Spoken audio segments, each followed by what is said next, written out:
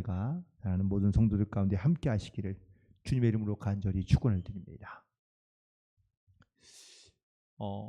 우리가 하나님께 기도하며 또 우리가 하나님 앞에 또 우리의 모든 어떤 삶의 문제를 가지고 나아가며 기도하지만 사실 우리의 상황과 혹은 우리의 기도가 하나님의 뜻과 하나님의 마음과 일치하는 경우, 사실 그런 경우는 정말 흔치 않은 것 같습니다. 지금 오늘은 비가 오고 있지만 언제 몇 달 전까지만 해도 사실은 산불이 크게 나가지고 아주 많은 이재민들이 나타났는데요. 그 산불로 인해 어려움을 겪었던 이재민들이 주변에 있는 많은 사람들한테 또 전도도 받아가지고 교회에 드디어 등록을 하게 되고 교회에 나오게 되었습니다. 그런데 마침 그 전도를 받아가지고 교회에 나온 날이 마침 그 교회에 부흥회가 있는 날이에요. 근데 이제 그 오신 강사 목사님이 성령을 얘기하시면서 여러분 성령의 불을 받으시기 바랍니다. 그러니까 이게 처음 그 산불로 인해서 모든 것을 다 잃어버린 이재민이 그래 교회는 뭐 그런가 보다라고 생각하고 있는데, 그러자 다시 이 목사님이 강사 목사님이 말씀하시기를 여러분 성령의 불이 활활 타올라야 됩니다 라고 얘기하자 마음이 이제 아주 조금 불편해지기 시작합니다. 그러자 다시 한번 성령의 뜨거운 불이 온 땅을 덮어야 합니다 라고 얘기하자 드디어 그 사람이 화가 났는지 문을 열고 그냥 나가버렸다는 이야기예요.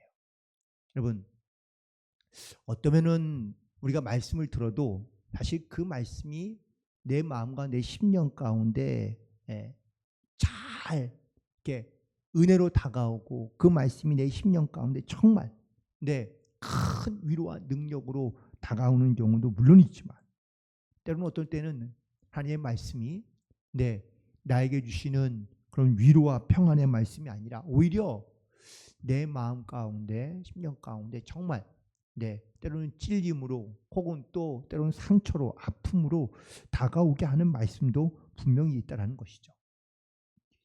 그렇다면 우리는 정말 이 말씀을 우리가 어떻게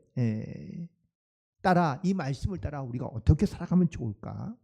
에베소서의 오늘 본문에 있는 말씀 속에서 이 에베소 교인들을 향하여 사도 바울은 너희가 바로 세상 가운데 빛이요 혹은 또 예수님의 사랑이다라는 이 말씀을 선포하고 증거하고 있습니다. 그런데 우리가 정말 그리스도인으로 이 땅 가운데 살아간다면 그러면 어떻게 살아가면 좋을까라는 것이 이 에베소 교회를 향한 사도 바울의 권면이었는데, 그건 바로 빛의 자녀처럼 살아야 한다라는 것을 말하고 있습니다.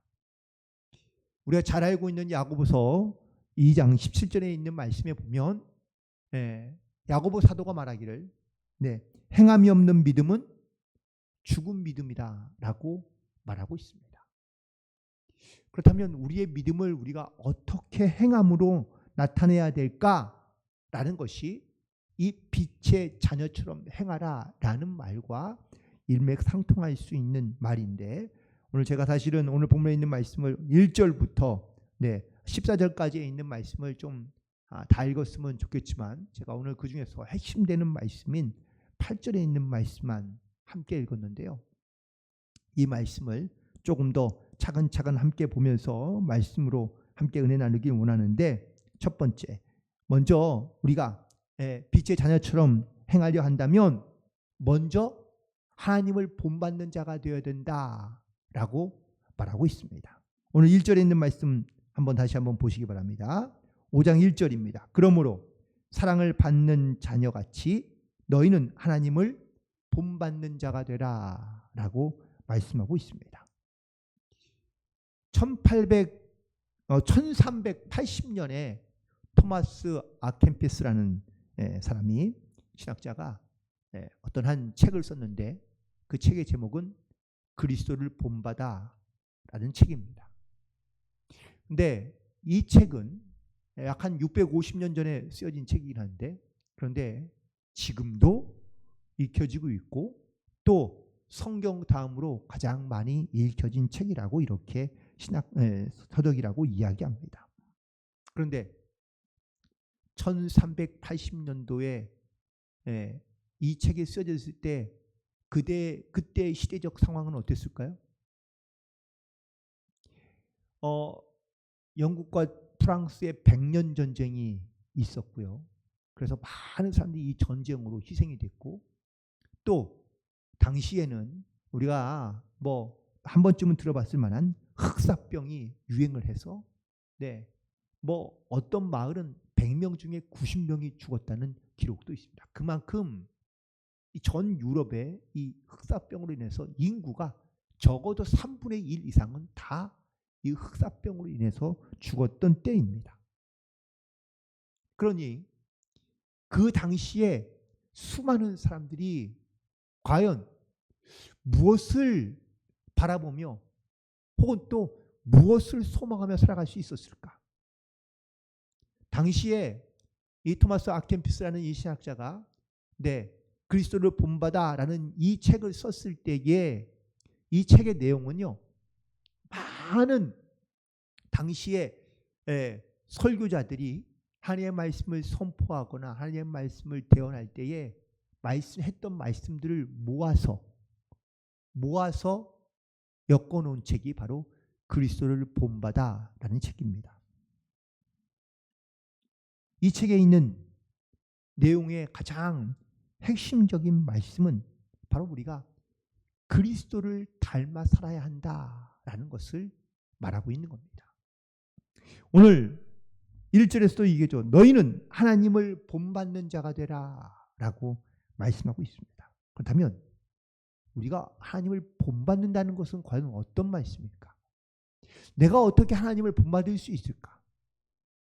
우리가 하나님의 형상대로 지음받았다라고 말하고 있는데 우리가 하나님의 형상대로 지음받았다는 것은 하나님이 갖고 있는 능력을 고스란히 우리가 갖고 태어났다라는 말을 하는 것이 아닙니다. 우리가 하나님의 성품 중에서 우리가 본받아야 될 하나님의 성품을 따라가야 될 모습들이 우리 가운데 있다라는 것이죠. 그런데 이 말씀은 좀 우리에게 큰 부담감이 됩니다. 내가 하나님을 과연 본받을 수 있을까? 내가 하나님의 모습을 본받아 따라갈 수 있을까? 그러니 이 말씀대로 살아가는 거 어떻게 하면 이 말씀대로 살아갈 수 있을까라는 것을 생각하기보다는 이 말씀이 너무 부담스러우니까 그냥 귀찮다.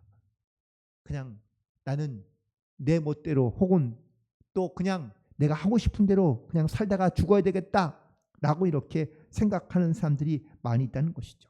자, 그렇다면 하나님을 본받는다는 말씀은 과연 뭘까? 요한복음 15장 31절부터 32절에 있는 말씀에 보면 예수님께서 제자들에게 이렇게 말씀하십니다. 너희가 내 말에 거하고 내가 내 안에 있으면 너희가 내 참 제자가 되고 진리를 알지니 진리가 너희를 자유케 하리라.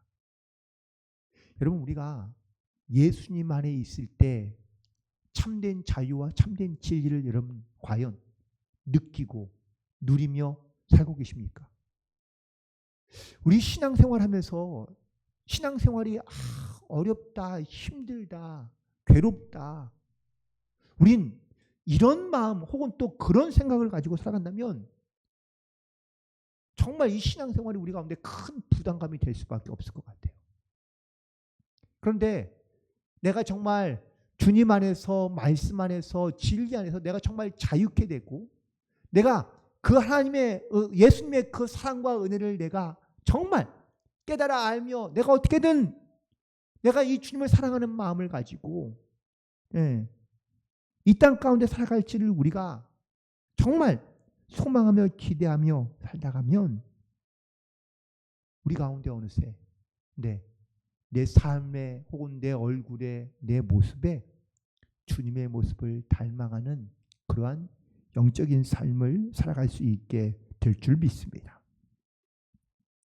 제자라는 말의 그 헬라어는요 마세테스인데요. 이 마세테스의 원래의 의미는 배우는 자라는 뜻입니다. 여러분, 제자가 된다는 것, 또 스승으로부터 무언가를 배운다는 것은 과연 뭘까요? 그냥 스승이 갖고 있는 지식이라든지 아니면 스승의 어떤 이러한 학식을 우리가 습득하거나 또한 그것을 잘 배워가는 것이 그것이 제자가 아니라 그 스승의 어떤 그 삶과 모습을 닮아가는 것이 이것이 바로 진정한 제자의 모습이지 않을까. 고대 이런 그 헬라적인 도시에는요 대부분 다 경기장이 하나씩 지어졌습니다. 로마의 원형 경기장이 각 도시마다 사실은 지어졌는데 그 경기장 안에는 무사들이 훈련하는 공간도 있었다고 그러는데, 그런데 그 무사들이 훈련하는 그런 멋진 그림을 그려놓고 그 밑에다가 3가지의 헬라어 단어를 써놨는데 그 말의 의미는 이런 겁니다. 첫 번째는 주목해라. 두 번째는 모방해라. 세 번째는 반복해라. 무슨 말이냐면 사람들이 그런 어떤 원형 경기장에서 어떤 이러한 격투자들이 살아남기 위해서는 다른 사람이 어떻게 싸우는지를 주목하고 또 그를 닮아가 모방하고 반복된 훈련을 통하여 습득하라라는 이야기입니다. 어쩌면 우리가 하나님을 본받고 하나님을 닮아간다는 것, 그건 내가 하나님을 정말 주목하고 바라보며 또한 주님을 닮아가도록 우리가 힘써 노력하며 반복하며 훈련해야만이, 그래야지 우리가 주님을 본받는 자가 혹은 또 주님을 닮아갈 수 있는 자가 되지 않을까. 그런데 우리는 세상에 살아가면서 주님을 닮아가기보다는 혹은 또 주님을 본받는 자가 되기보다는 주님과는 말씀과는 전혀 다른 세상의 것을 사랑하고 또한 세상의 어떤 풍습과 풍조를 따라 살아가는 우리의 모습이 과연 하나님을 본받는 모습으로 하나님의 제자와 자녀로서 우리가 이 땅 가운데 살아가고 있는지를 반드시 돌이켜보고 빛의 자녀로서 빛의 자녀와 같이 행함으로 나아가는 성도들이 되기를 간절히 축원을 드립니다. 두 번째 말씀은 바로 2절의 말씀 보니까 너희를 사랑하신 것 같이 너희도 사랑 가운데 행하라 라고 말씀하고 있습니다. 예수님의 사랑은 추상적인 사랑이 아닙니다. 우리가 사랑은 이론으로 말할 수 있는 게 아닙니다. 여러분, 사랑을 한마디로 만약에 정의한다면 어떤 말로 정의하면 좋을까요? 각자가 다 다릅니다. 왜냐하면 자기가 경험한 사랑 혹은 자기가 아는 사랑이 조금씩은 다르기 때문입니다. 사랑이라는 것을 한마디로 정의하기는 어렵지만 하지만 분명한 것은 이겁니다. 사랑은 이론은 아니라는 것이죠. 사랑은 실제이고 살아있어야 하는 겁니다. 그런 의미에서 여러분 예수님의 사랑을 한번 묵상해 보시기 바랍니다. 예수님의 사랑은 이론인가요? 아니면 실제인가요? 실제이죠.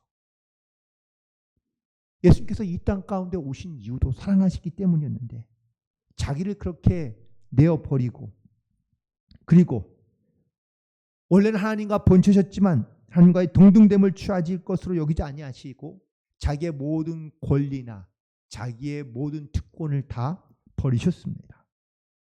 하늘에 있는 영광도 버리셨습니다. 자기의 목숨도 버리셨습니다. 이것이 사랑이라고 우리는 고백하고 있는 것이죠. 그런데 중요한 건 누구를 위해서라는 겁니다. 자기를 위해서. 예수님 스스로 자기를 위해서인가요? 아니라는 것이죠. 우리는 사랑합니다. 그런데 나를 더 사랑합니다. 우리는 주님을 사랑해야 하고 또한 주님의 사랑을 가지고 이 땅 가운데 살아가야 되는데 우리는 주님을 사랑하긴 하지만 주님보다는 나를 더 사랑하고 주님의 사랑으로 다른 사람을 사랑해야 되지만 다른 사람을 사랑하는 것보다는 나를 더 사랑하고 있는 것이죠. 우리는 사랑하는 사람, 그 대표적인 대상을 만약에 꼽는다면 자녀를 말할 수 있는데 자녀를 위해서는 희생하는 것이 아깝지 않습니다. 왜요? 사랑하기 때문에. 그래서 자녀를 위하여는 시간도 물질도 자기 자신도 희생합니다. 하지만 우리가 주님을 위해서는 어떻게 사랑으로 행하고 있는가? 정말 내가 하나님을 향한 온전한 사랑, 이 사랑을 가지고 내가 주님을 위해 희생하며 헌신하며 시간과 물질을 드리는 것으로 정말로 아까워하지 않을 만큼, 아까워하지 않는 그런 사랑을 가지고 내가 주님 앞에 온전한 사랑을 드리고 있는가? 그리스도께서 너희를 사랑하신 것 같이 너희도 사랑 가운데 행하라 라고 말씀하시는데, 우리가 주님의 이 사랑을 받고 또한 그 사랑의 증인으로 이 땅 가운데 살아간다면 우리도 그 사랑을 많은 사람들 가운데 베풀며 나눌 수 있는 그런 믿음의 성도들이 되기를 간절히 축원을 드립니다. 그런데 이 사랑으로 사실 우리가 세상 가운데 살아가야 되지만 반대로 이 세상은 이 사랑과는 전혀 다른 개념으로 살고 있습니다. 사랑이라는 말은 비슷한데 근데 전혀 다른 모습으로 살아가고 있는데 3절부터 5절까지에 있는 말씀을 보면 이렇습니다. 음행, 온갖 더러운 것, 탐욕. 그런데 세상은 이것을 사랑이라고 말합니다. 보세요. 하나님의 사랑, 예수님의 사랑과 세상 사람들이 말하는 사랑은 사랑이란 말은 같지만 사랑의 뜻과 사랑의 의미가 다릅니다.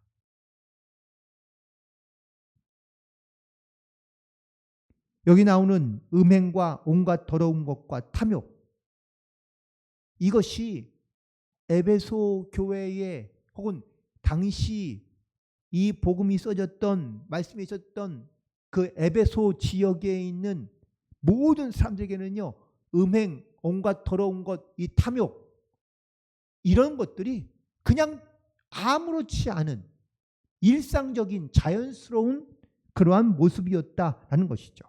그런데 여기 말하는 음행과 온갖 더러운 것과 탐욕은 다 성적인 것들입니다. 그런데도 아무렇지 않게 그 시대에는 이것이 너무나 자연스럽고 혹은 또 문제가 되지 않는, 그래서 육체적인 사랑을 따라 쫓아다니는 그러한 모습을 가지고 살고 있었다라는 것이죠. 그런데 놀랍게도 그 이름조차 부르지 말라. 이는 성도에게 마땅한 바라고 말씀하고 있습니다. 또 사랑이란 말로 사람들의 말에 마음에 상처를 주는 것들이 있습니다. 그것들이 바로 4절에 등장하고 있는데 누추함과 어리석은 말과 희롱의 말, 이런 말들은 사랑의 언어가 아니라는 것이죠. 대부분 다 이 누추함과 어리석은 말과 희롱은요, 이것도 역시 어떤 성적인 것과 관련되어 있는 경우들이 많이 있습니다. 그래서 입에서 말해서 이러한 악한 말들을 내어버리고 더러운 말들을 입 밖에 내지 말고 우리의 말에 사랑의 언어인 감사의 말을 해야 한다고 말씀하고 있는 겁니다. 그런데 이런 자들 보시면 5절에 보면은 음행하는 자, 더러운 자, 탐하는 자, 우상 숭배하는 자, 이런 사람들은 다 하나님의 나라의 기업을 얻지 못한다고 말씀하고 있습니다. 여러분, 만약 우리가 신앙생활을 하고 있는데 우리에게 하나님의 나라의 기업이 없다면, 우리의 이 믿음과 신앙생활이 헛된 것이라면 너무 허무하지 않을까? 그 사도 바울은 우리가 그래서 헛되게 신앙생활을 하지 말자. 내가 주님을 사랑한다고 말하긴 하지만 내가 정말 주님을 온전히 사랑하는 것이 아니라 세상 것을 사랑하고 있으면서 내가 주님을 사랑한다는 말이 옳지 않다. 그래서 하나님을 사랑하는 자, 하나님의 사랑을 본받는 자, 하나님의 사랑을 입은 자, 그 사랑을 우리도 세상 가운데 전하며 행하며 빛의 자녀로서 살아가야 한다라는 것을 강조하고 있는 겁니다. 자, 그렇다면 여기 앞에까지는 이렇듯 이런 하나님의 은혜를 입은 자이며 또한 하나님의 사랑을 입은 자였지만 그렇게 행하지 않는 그러한 모습들을 가지고 살고 있다면, 이 말씀의 터닝 포인트는 바로 오늘 본문에 있는 8절에 있는 말씀입니다. 너희가 전에는 어둠이더니 이제는 주 안에서 빛이라.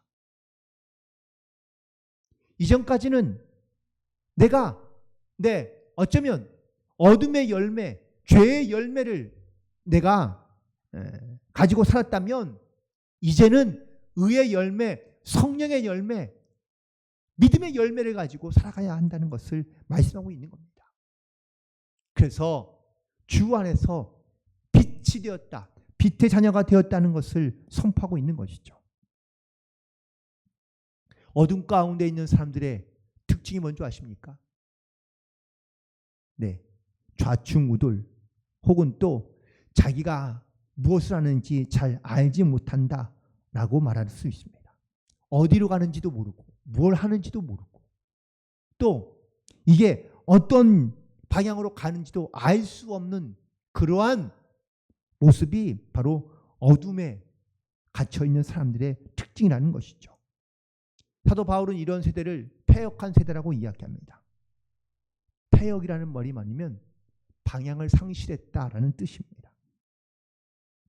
이렇듯 주 안에서 빛을 따라가지 않으니 어둠 속에 있으며 방향을 상실한 채 살아가고 있는 겁니다.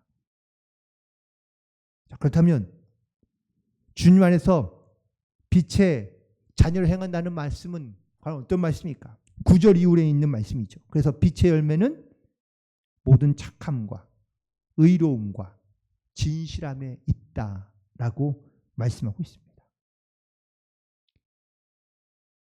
사람은요, 그 사람에게 맺혀지는 열매를 통하여 그 사람을 알 수 있다고 말합니다. 거짓에 사로잡혀 있으면 거짓의 열매를 맺고, 불의에 사로잡혀 있으면 불의의 열매를 맺고, 어둠 가운데 사로잡혀 있으면 방향을 잃어버린 채 살아갈 수밖에 없습니다. 하지만 빛의 자녀는 착함과 의로움과 진실함의 열매를 가지고 살아가는 성도인 줄로 믿습니다. 왜 초대교회의 사건 가운데 우리가 기억나는 사건 중에 하나가 그 아나니아와 삽비라의 사건이 하나 있습니다. 초대교회가 사람들이 모여들기 시작할 때 많은 사람들이 자기의 재산을 다 교회에 바쳤거든요. 그런데 그 교회 공동체는 사람들이 재산을 다 가져왔는데 누구에게 많고 적음이 아니라 정말 서로가 서로의 것을 통용하는데 아무런 어려움이나 불편함이 없었다라고 말하고 있습니다. 자기 것이라고 주장하지 않는 거죠. 많이 내건 적게 내건 그게 중요한 게 아니기 때문입니다. 이 아나니아와 삽비라 이야기 가운데 우리가 주목해야 될 것이 있습니다. 그들은 하나님 앞에 바치기로 작정했는데 거기 좀 돈이 좀 아까운 생각이 들어서 반만 바쳤습니다.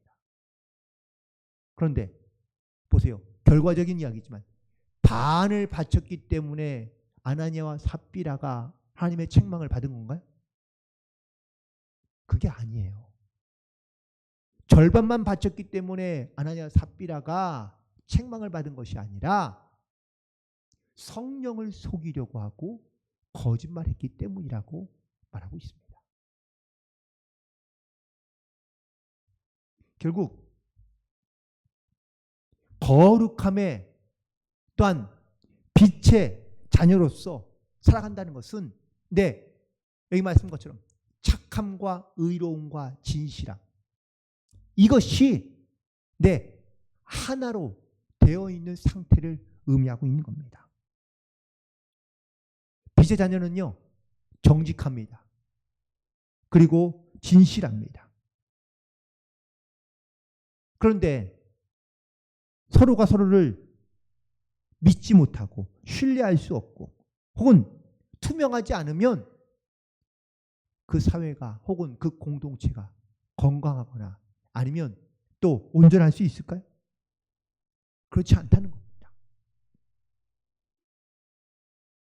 그리고 11절에 있는 말씀이 10절에 있는 말씀, 그리고 주를 기쁘시게 할 것이 무엇인가를 자기를 시험하여 보고 항상 주님의 뜻이 무엇인지를 찾고 구해야 한다는 것을 말씀하고 있습니다. 그리고 오늘 또 하나 주목해야 될 말씀이 하나 있는데 11절에 있는 말씀입니다. 너희는 열매 없는 어둠의 일에 참여하지 말고 도리어 책망을 하는 겁니다. 이 말의 의미는 너희 가운데 어둠의 일이 분명히 찾아오지만 그 어둠을 몰아낼 줄 알고 또한 그 어둠의 일을 드러내어 오히려 하나님 앞에 회개함으로 나오야 한다라는 것을 말하고 있습니다. 여기서 말하는 책망하라라는 말은 드러내라 라는 뜻입니다. 여러분, 만약에 빛이 어둠 가운데 나타나게 되면 두 가지의 현상이 나타납니다. 하나는 더 깊은 곳으로 숨습니다. 그렇죠? 죄를 지은 사람들이 자기의 죄를 인정하고 그리고 또 자백해서 그래서 그냥 자기를 회개하고 용서를 구하면 그러면 그런 사람은 그런 정상의 참작이 되고 혹은 또 용서를 받을 수 있습니다. 그런데 많은 경우 죄를 지은 사람이 어떻게 하죠? 도망가잖아요. 피해 다니고요. 숨습니다. 그러다 보면은 또 다른 죄를 더 짓게 되고 또 더 처벌이 가중되는 경우가 많이 있는 것을 보게 됩니다.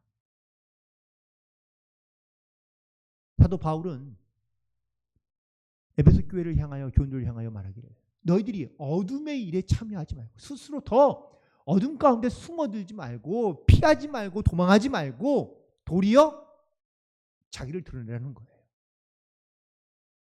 그리고 이 책망하라는 말은 드러내면 자기가 회개함으로 하나님 앞에 나와야 한다는 것을 말씀하고 있는 겁니다. 스스로 자기의 죄를 감추거나 묻으려 하지 않고 아나니아 삽비라의 이야기 가운데 교훈이 그런 겁니다.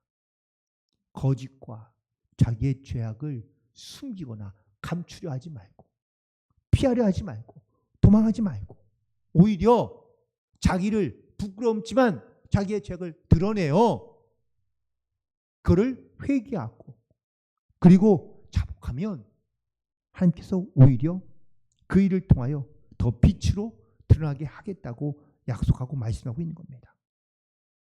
그래서 13절에 있는 말씀에 보면은 책망을 받는 모든 것은 빛으로 말미암아 드러나니 드러나는 것마다 빛이니라. 책망은요, 감추었던 것 혹은 또 드러나게 하는 것인데 이게 원래 책망을 받는 모든 것은 죄 가운데 있는 것들이겠죠. 그런데 빛으로 말미암아 드러나게 되면 나중에 그것이 어떻게 돼요? 빛으로 하나님께서 바꾸어 주신다라는 말씀입니다.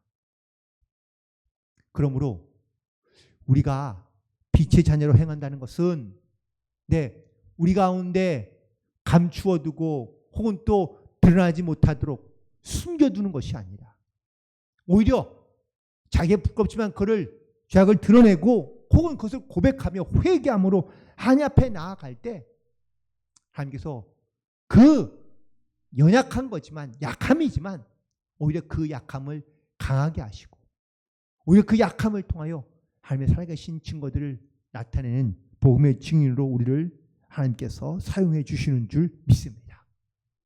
이러한 빛의 자녀처럼 우리가 전에는 어둠에 있는 어둠 속에 속했던 그러한 모습이었지만 지금은 빛의 자녀가 되었으니 빛의 자녀로 하나님의 말씀에 진리의 자유함을 누리며 그리고 의의 열매를 통하여 하나님을 기쁘시게 하는 자, 하나님을 본받는 자, 주님의 사랑을 행하는 자가 되어 이 땅 가운데 승리하는 삶을 살아가는 모든 성도들이 되시기를 주님의 이름으로 간절히 축원을 드립니다.